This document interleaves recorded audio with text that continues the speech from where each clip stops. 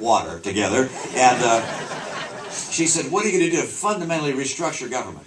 I'm going to bring federal spending from the current 25% of our economy down to 20% by 4 years in office. All right?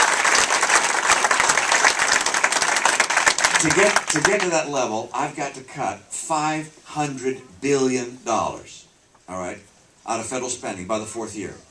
There's some things that are easy to cut. Obamacare, cutting that out will save $95 billion of the 500. So that one's an easy one for me to do. But there are others that are harder, the things I like. And my test on programs and whether we should fund them at the federal level or whether instead they should be funded by private citizens making charitable contributions of their choice is this. Is this program so essential to the country that it's worth borrowing money from China to pay for it? And that's a pretty high standard for me. So I can't tell you the specific program and how much each program will get, but I can tell you a lot of things that I like.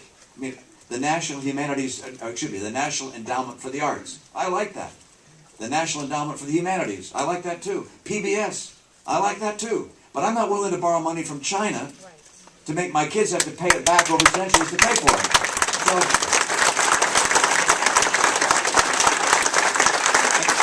and by the way, those things won't go away. They won't disappear. They'll learn to be more cost effective. They may learn to get sponsors. They may go out and do a better job raising money from charity. But tax money that we're taking from our people should be devoted to purposes that are absolutely essential, and we should not borrow money unless we have there's going to be a return to pay it back. This idea of borrowing and spending more than we take in year after year has put us on a road to Greece. If we re-elect this president, I'm convinced that within 5 to 6 years, we'll be in the same position Greece or Italy are in today. And there's no one big enough to pull us out. We have to get off this track. And there are lots of things we all like that government does that we're going to have to say stop to. Now and then people say, Mitt, what are you going to, you say that we need to sacrifice for the country. What are you going to tell us to do? I'm going to say, well, a lot of things that government's doing, we're going to stop doing.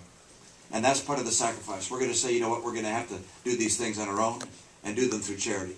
Thank you. Yes, ma'am.